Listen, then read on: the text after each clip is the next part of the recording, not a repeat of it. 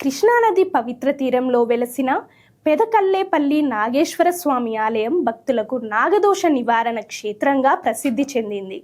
ఇక్కడ పరమేశ్వరుడు నాగేశ్వరుడిగా స్ఫటికలింగ రూపంలో శిలా సర్ప స్వరూపంతో దర్శనమిస్తాడు. అపుత్రస్య గతిం నాస్తి అన్న శాస్త్రవాక్యాన్ని స్మరించుకుంటూ సత్సంతానం కోసం ఎన్నో కుటుంబాలు ఈ క్షేత్రాన్ని ఆశ్రయిస్తాయి.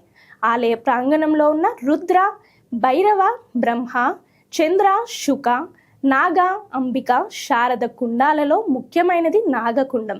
నాగేశ్వరుని సంకల్పంతో ఆవిర్భవించిన ఈ తీర్థంలో స్నానం చేయకపోయినా నీరు శిరస్సున చల్లుకుంటే జన్మ జన్మాల దోషాలు నశిస్తాయని విశ్వాసం. గ్రహ దోషాలు, నాగదోషాలు తొలగి సత్సంతానం, శాంతి, ఐశ్వర్యం సిద్ధిస్తాయని స్థానికులు చెబుతారు. కాశీ విశ్వేశ్వరుని దర్శనం చేసుకుంటే ఎంత పుణ్యఫలం లభిస్తుందో దక్షిణ కాశీగా ప్రఖ్యాతిగాంచిన నాగేశ్వరుని దర్శనం చేసుకున్నా అంతే పుణ్యఫలం లభిస్తుందని విశ్వాసం.